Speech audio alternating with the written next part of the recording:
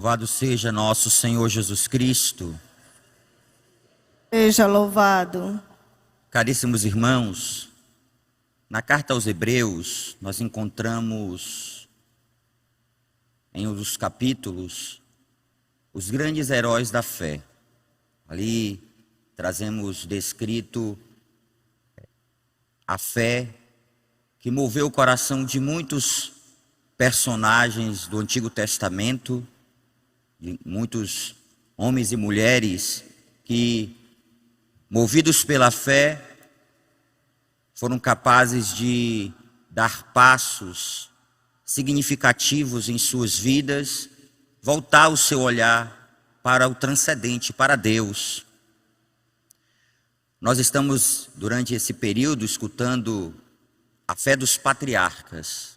Nós escutamos esses dias sobre Abraão, que moveu o coração de Abraão a sair da sua terra, um chamado à sua vocação, Deus que o desperta, e ele deixa a sua parentela, deixa a sua casa, deixa aquele lugar de proteção para fazer a vontade de Deus.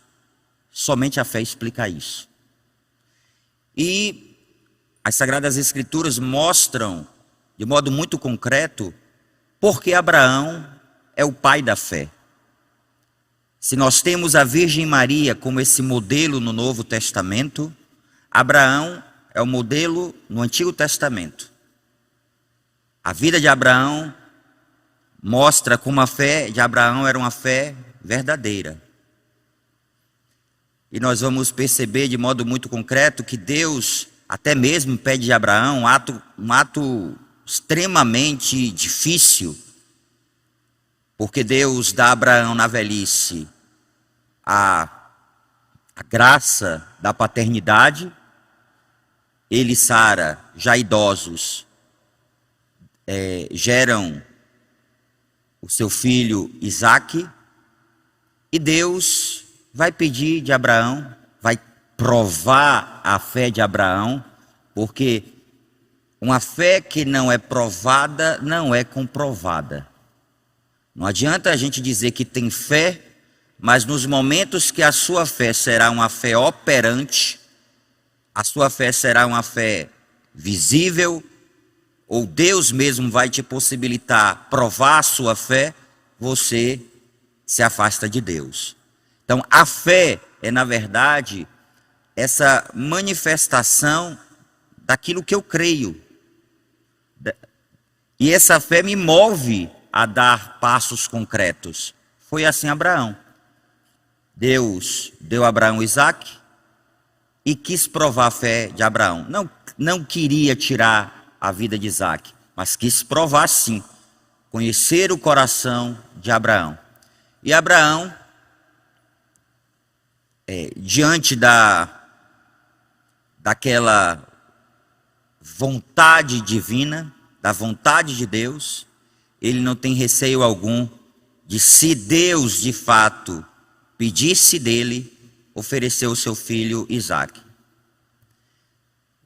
Depois nós vimos o próprio Isaque, os textos que falavam sobre Isaque, e hoje nós estamos vendo Jacó.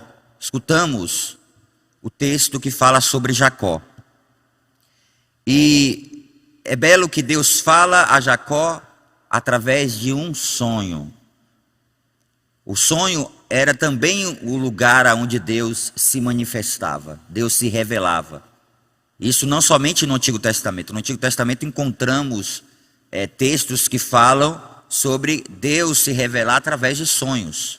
Deus revelar a sua vontade através de sonhos. Mas recordemos que no Novo Testamento, José também em sonho percebe que precisa sair daquele lugar porque Jesus corria risco de vida. E Jacó tem o sonho, e é belíssimo esse sonho, porque fala, esse sonho, os cristãos, os primeiros cristãos, lá no século V da nossa fé, foi criado um hino chamado Acástitos, que é utilizado tanto no período da Páscoa como no período do Advento. E esse hino ele vai dizer, utilizando esse texto bíblico, que Maria é a escada divina, a escada celeste pela qual o Eterno desce. Os cristãos reconheceram ali que o autor desse hino, que é um hino que não tem um autor conhecido, o autor é desconhecido, mas é um hino extremamente teológico, riquíssimo, que convido vocês depois a procurarem nas redes sociais, e vocês vão perceber que ali já se reconhecia quem de fato é Maria. Maria é a morada de Deus, que nós acabamos de escutar, porque Deus se encarnou no seio da Virgem Maria. Ela é essa escada celeste pela qual o Eterno desce. Por ela, Deus se revela ao homem, através da Virgem Maria. Por isso que a gente às vezes fala sobre a Virgem Maria e a gente não compreende que nela existe um grande mistério de Deus. Nela, porque Deus assim o quis. E os cristãos perceberam isso. Jacó identifica que Deus falou para ele. E o que Jacó faz? Se compromete. Faz um voto. Se compromete. Comprometer-se com Deus. Nós precisamos nos comprometer com Deus. Nos comprometer diante desse Deus que nos fala e desse Deus que tem uma vontade divina para a nossa vida. Deus revelou a Jacó, como revelou a Abraão. Deus revelou a Isaac. Deus se revela para que o homem compreenda a sua mensagem e a faça sua. A vontade de Deus tem que ser nossa. Nós precisamos acolher a vontade de Deus. E é tão belo a gente perceber que dessa revelação, um gesto muito simples ali de Jacó mostra que a partir daquele momento, aquele lugar, Betel, casa de Deus, morada de Deus, aquele lugar agora é um lugar sagrado. A expressão da nossa fé, ela muitas vezes se materializa. Vejam essa basílica. Eu não sou daqui de Belém, mas a primeira vez que eu entrei nesse lugar, eu fiquei maravilhado. No norte do Brasil, você encontrar uma basílica nesse esplendor que a gente vê aqui. Mas o que significa essa basílica? A nossa fé, a tua fé, a fé do paraense. As nossas igrejas, que são o lugar aonde os cristãos se reúnem, expressam a fé de um povo, expressam a nossa fé. Por isso que a casa de Deus, ela precisa ser bela, porque ela precisa expressar a nossa fé. As coisas de Deus não podem ser qualquer coisa. A gente faz qualquer coisa para Deus. Para Deus, a gente dá sempre o melhor. Quando a gente olha para essa basílica, a gente percebe que o que nós oferecemos para Deus, o melhor. Para Deus, o melhor. As nossas igrejas, as nossas paróquias, os lugares aonde os cristãos se reúnem, a casa dos cristãos, que é a igreja, precisa ser sempre o melhor. Mas não nos esqueçamos de uma coisa importante.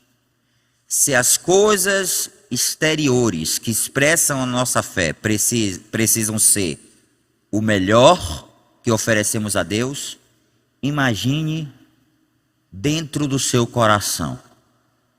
O seu coração é morada de Deus, é templo de Deus. Nós fomos habitados por Deus através do nosso batismo. Ao sermos batizados, nós somos inabitados pela presença de Deus. Como deve ser esse lugar que Deus habita? Qual deve ser o zelo que eu devo ter comigo mesmo Por isso que, evidentemente, que a gente sabe que o suicídio é um ato gravíssimo contra Deus, contra o Criador da vida. Evidentemente que existe, a psicologia hoje nos ajuda a compreender as enfermidades que as pessoas às vezes têm para chegar a isso. E é claro que a fé move o coração das pessoas a saberem preservar e valorizar a vida. Por isso que é importante a gente ter fé. Porque quando nós temos fé, a gente passa por tantos sofrimentos, por tantas dores, dificuldades, tudo isso, mas a gente se move pela fé. Depois a gente vai ver durante talvez esses dias, nós vamos ver também Jacó, que em uma circunstância também briga com Deus, entre aspas, né? Ele combate, luta contra Deus, e naquele combate ele diz: olha, só vou soltá-lo quando for abençoado. Né? As lutas que a gente precisa empreender pela fé, para não nos perdermos diante dos desafios da vida. A fé te ajuda a viver. A fé move você. A fé me move. Você está aqui participando dessa Eucaristia. A fé. Mas a fé já está consolidada dentro de você? Evidentemente que não. Porque a fé é um processo crescente na nossa vida que nos faz a cada dia darmos novos passos. A fé é uma virtude, mas essa graça de Deus em nós vai crescendo a ponto de nós termos atos muito mais exigentes, podemos assim dizer, porque nós cremos, porque nós amamos a Deus. A mesma fé moveu, e aqui concluo essa homilia, essas duas figuras que escutamos no Evangelho. Tanto esse chefe, esse homem que inclina-se profundamente diante de Jesus e pede para Jesus ir à sua casa, porque a filha dele havia morrido. Portanto, ele acreditava que Jesus poderia, mesmo diante da morte, Jesus poderia fazer aquela vida ressurgir. E também aquela mulher que toca ao lado de Jesus, toca as vestes de Jesus. E, por causa da sua fé, ela é curada. Queridos irmãos, precisamos pedir a Deus a graça de sermos homens e mulheres de fé. 2 exemplos aqui nós vimos no Evangelho de hoje. Um homem e uma mulher. Deus convida a todos nós aqui também, homens e mulheres, a sermos renovados na nossa fé, a irmos ao encontro de Jesus e a tocar Jesus. É Jesus que nos toca na Eucaristia.